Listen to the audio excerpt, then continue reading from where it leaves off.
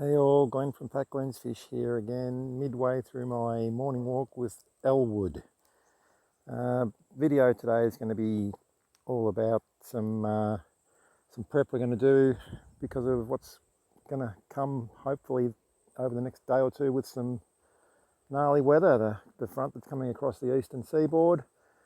Got Mount Wellington up there in the distance looking pretty rough and ready. So plan is today to make a little video about some work in the shed, some water changes, which we hope will stimulate and produce a lot of fry for us.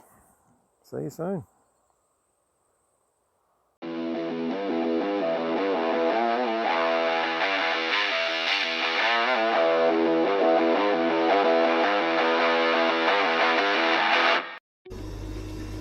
Okay, so we've got a potential myriad of jobs on the cards today to try and cash in on this cold front.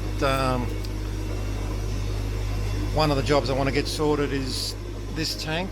These Altum Angels are showing positive signs of being really close to pairing up, but nothing's going to work in here at the moment because there's a big pair of Awaru still in here. We're looking to get this tank cleaned up and get the Awaru out, which hopefully will allow the Angels and maybe this pair of Agassiz to get a bit more peace and get down to business. The 8-foot poses another challenge that I'd like to knock over today. We've got the species 44 female holding in here, which is very important. I'm passionate about Victorians and keeping them those lines running in Australia. We've also got a couple of nice little iceberg electric blues to deal with up there, but it's going to take some doing. It's a big tank to work in. There's somewhere down the list, I don't think this really needs to happen today because it's a new fish holding, but there's some Chismule Mabwekas holding in this tank. One I want to deal with hopefully down here is a SP35 tomato, another Victorian, which once again I'm all over these. So I really want to get some numbers back out and about, and we have some potentially some Sinotilapia zebroides to work with down here too that are holding. So I hope to get that one done today. What else do I see? Hoping to get this tank looked at, possibly some blueberry zebras working here, and I want to introduce potentially some more Tetraspilus to this colony or this trio that I have in here. Last time we looked, we might have a Zimbabwe rocks lithobates to deal with in this tank. Gosh, I'm already up to 6 tanks I want to try and deal with today as a matter of urgency. That's been done. That's been done. Just needs a water change. Fish are probably too young yet. That corner's all good. This tank here does have some Benga peacocks holding, which we want to deal with, and that's a fairly solid day ahead.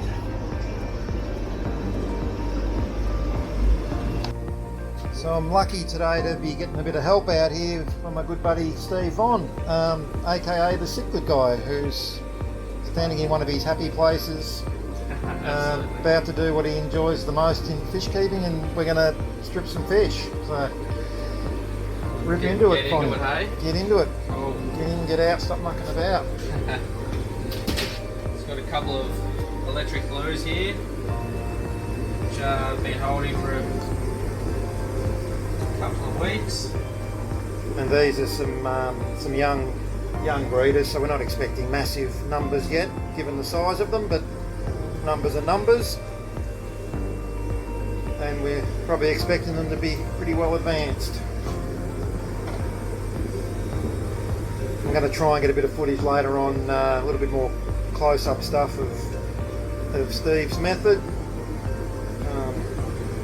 It's very gentle and very quick, which is good for the fish. And no hardware involved. I've seen some fish jump back in. Yeah, back into its mate's box. I've seen some scary footage on the internet of people with screwdrivers and bits of plastic, all sorts of stuff. I just like to use my little pinky finger in the corner of their jaw.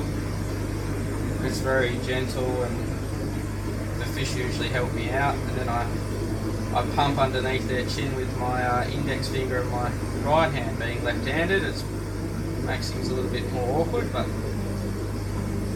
so that species 44 has come to the table with a nice lot of fry. Fan-bloody-tastic. I reckon we've got a good 35-40 in there, or wrigglers, so that's good. That's magnificent. We'll get some footage later on of our productions today. So that's a great start. Tank 1. How many electric blues you reckon?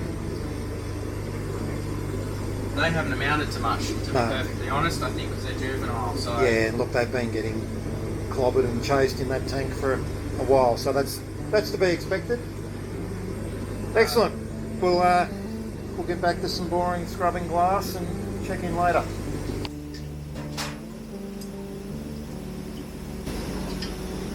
So while I was doing some of the boring scrubbing of glass, I just happened to turn around and spot these guys. This is Lethrinops species Gold Harbour Monkey Bay, flavour of the month fish, but fairly pretty, and it looks like we've got a young lad on the job here, so there's a bonus for you today.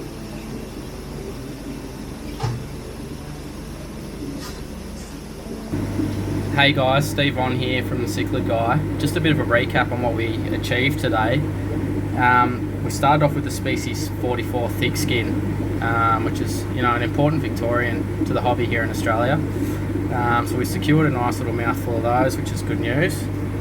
Moving along, we had a few strays in a tank that we obviously missed a female, and we're assuming that they're blueberry zebras at this stage. So they'll get raised along with these blueberry zebras that I stripped earlier as well. Next along, we've got the Otopharynx yellowfin mulatto, another really cool fish. So we've managed to get a good little haul there. And last but not least, we've got the Otopharynx liplibates, the Zimbabwe rock variant, and I've roughly counted them at about 95. So that came out of 3 girls. The electric blues I stripped earlier. They you probably saw my hesitance earlier, but the eggs were, well, because they're juvenile and their first time holding, the eggs didn't really amount to anything much at all. So that's a bit of a shame, but they'll go again. And yeah, so all in all, a pretty good day here at Falklands Fish. So we've done a bit of housework after our productive session today. This is a tumbler with our yellowfin mulatto clutch. 40 odd eggs there with any luck, looking really good. These egg tumblers that I use, they're not the most expensive on the market. I'm grabbing these off eBay for about 8 to 10 bucks. I don't run with the little sponge thing in the bottom because they tend to clog up really quickly, and the last thing you want is to come out tomorrow and find that that's clogged and everything's dead. So I run without the little sponge, but I do have some quite small bristlenose in this tank, which are small enough to get under there and keep that surface clean for me, but they're not big enough that they suck the eggs through.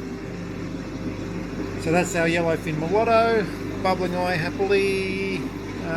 Next along, these are the Victorians, the species 44s, which I know I keep saying it, but it's pretty excited to have some of these bubbling and looking real good. And this is our big clump of of the sulphur crested lithobates.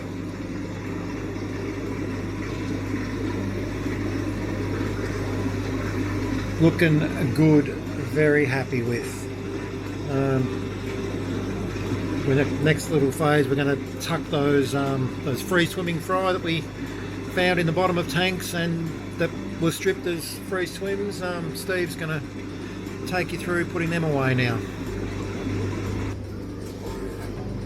So we're dealing with a slightly different proposition now. This is not eggs we're dealing with. This is some fry that are completely free swimming and independent, but just a case where we don't have too many. So rather than a whole grow out tank, these can go into a fry saver that we have available, and we'll grow them out in the main breeder tank just to kick them along a little bit, and then we can decide where they're going to head.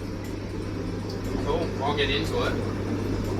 So, the fish we're doing is the blueberry zebras that were pretty much fully well formed at free swimming. So, we've got a fry saver here that I'm sure Glenn will explain to you a little bit more about in due time. We'll probably lift it up onto the bench there and angle the flow back into the sink. Yeah, there. it'll probably actually come out that stem on your end before it comes out of the other one. So maybe. Yeah, righto. Oh no. No, that's anyway. right. Cool. Yeah, this is a homemade job that I make. Once again, you can spend a bomb on fry savers, but I potentially need 40 or 50 of these if I'm running well. So this is a lunchbox from Kmart with some DIY plumbing that allows you to do an airlift to get water flow through this thing, and we float this in the main tank. They work real well. Cool. So I'll drop the blueberry zebras in now. Just at a nice steady rate.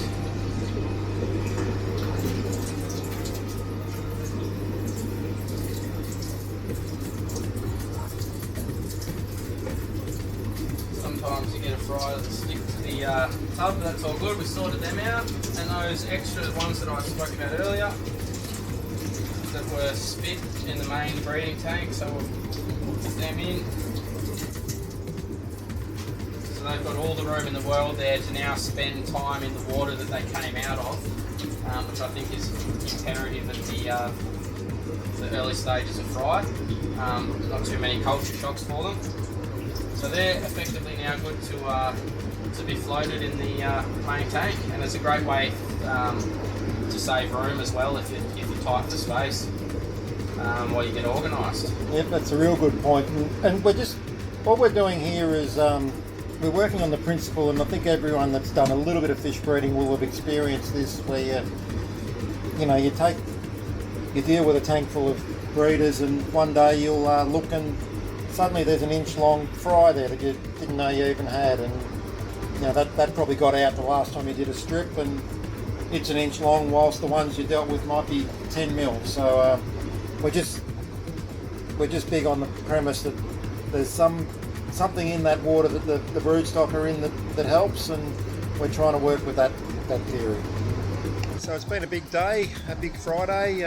The weather hasn't quite kicked in yet, but it's raining. It's fairly noisy at knock-off time on a Friday. The mountain is gone. No sign of the electrical stuff yet, but hopefully that'll come. On the to-do list today were, potentially 8 jobs. I'd give us probably a 6 out of 8 score today. It's been a big solid day. Have sorted out the Altum angelfish tank. They're a little bit sulky, but we've moved a couple of big fish out of there to give these guys priority. We've attacked the 8 foot. The electric glues didn't work, but importantly that Victorian front and centre there, of which I only have a trio left, we've got a result there today, which is fantastic. This is a tank that wasn't on the cards this morning, and I spilt my coffee into it, so I had to do an emergency job there. This was job number 4. This is our blueberry tank, and thankfully some yellowfin mulatto, which was a very pleasant surprise today, and here's our little box of fry that are just starting to work out what the hell's going on. I think these will do real well in that scenario, and that's Absolutely. it's a real pleasing. That was a bonus today. That's probably our highlight, I reckon. Having said that, didn't expect to get 90 odd lithobaits out of here at any stage, and promise you they're still there, guys, the actual broodstock, but they're having a bit of a sulk. And I think that's about as far as we got today. I want to thank Steve for his help today, and hope you enjoyed watching what we've done. It's been a real good day at the end of a slightly average week. But thanks, mate. Anytime, thanks for having me. Look forward to seeing you again. Absolutely, thank you. Hope you liked that video today. Hope you like this Gold Harbour boy, because he's been trying it on all day. This weather is still coming, and I think there's going to be a lot of interesting stuff to show you soon. So keep on watching and subscribe if you like us. Thanks very much.